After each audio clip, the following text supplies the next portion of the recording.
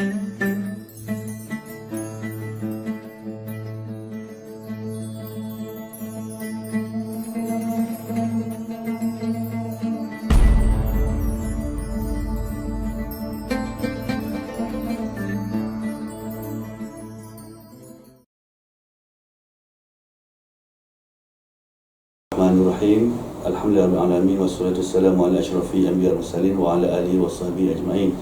Berhubung soalan Tuan Haji tadi, jati diri Persekutuan Tanah Melayu diasaskan dari warisan Kesultanan Melayu Melaka. Jadi sebelum saya menghuraikan lebih lanjut, terlebih dahulu saya ingin beri takrifan jati diri. Kita perlu faham apa yang dimaksudkan dengan jati diri. Jadi jati diri ini adalah satu istilah, maksudnya lebih luas, melampaui makna identiti. Identiti itu lebih kepada pengenalan kepribadian luaran. Jati diri itu mempunyai maksud yang lebih dalam. Jadi kerana jati diri itu berpangkal pada perkataan jati, yang boleh kita katakan juga sebagai sejati, sebagai teras, sebagai sesuatu yang tulen, sebenar dan juga yang asli.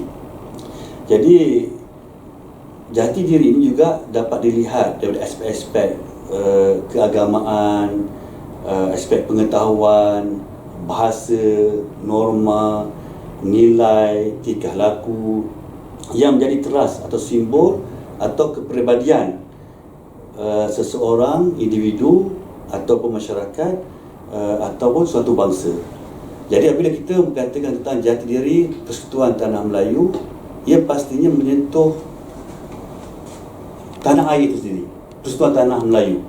Jadi Persekutuan Tanah Melayu itu merupakan gabungan negeri-negeri Melayu yang bersekutu membentuk persatuan.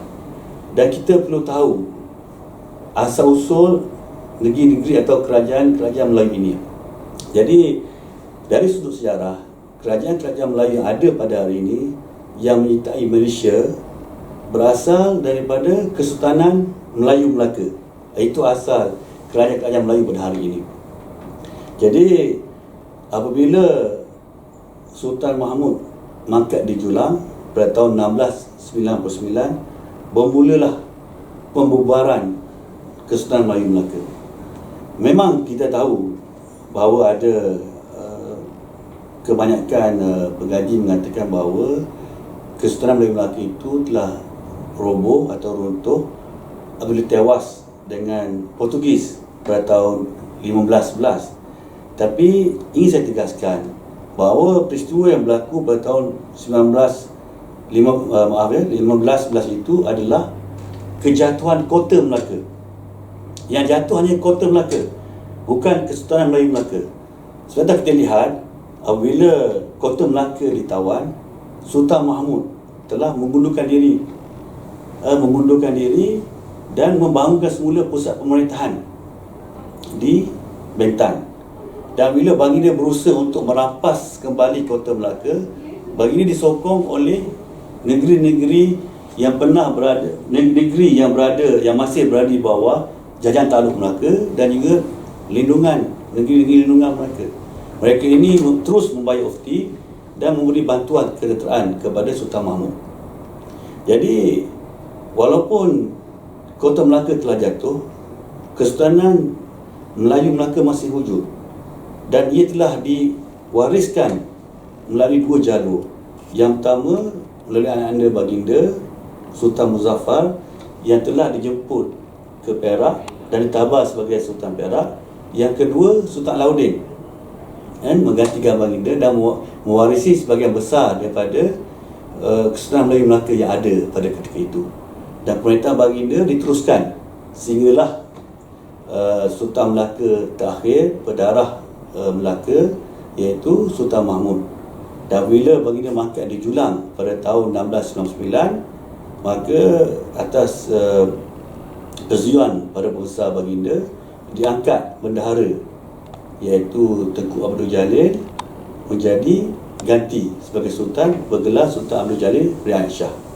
Jadi bermula ketika inilah Kesultanan Melayu Melaka itu terbubar, negeri-negeri jajahan takluk dan juga lindungan telah bangkit menubuhkan atau mengasaskan kerajaan-kerajaan Melayu. Dan kerajaan-kerajaan Melayu inilah akhirnya bercantum ataupun bersekutu membentuk Persatuan Tanah Melayu pada tahun 1948. Dan apabila kita membicarakan tentang jati diri Persatuan Melayu, pastinya kita harus melihat aspek sejarah. Kan? Sebab itulah kita katakan bahawa jati diri Persatuan Tanah Melayu diasaskan dari warisan Kesultanan Melayu Melaka. Dan juga kita banyak bila kita lihat dari segi sudut perlembagaan kita pada hari ini, unsur-unsur tradisi, unsur-unsur watan, unsur-unsur asal Kesultanan Melayu Melaka itu masih dikekal, masih ada dalam perlembagaan kita. Dari segi bahasa Melayu sebagai bahasa kebangsaan kita, Islam sebagai agama persekutuan, adat rasa Melayu, kan? Dan semua itu dipasak dalam perlembagaan kita, bukan sahaja dipelihara oleh perlembagaan kita, bahkan maksud Melayu, orang Melayu itu mempunyai ciri-ciri watan tersebut. Sebab itulah kita katakan bahawa jati diri Persatuan Tanah Melayu itu adalah warisan daripada Kesultanan Melayu Melaka.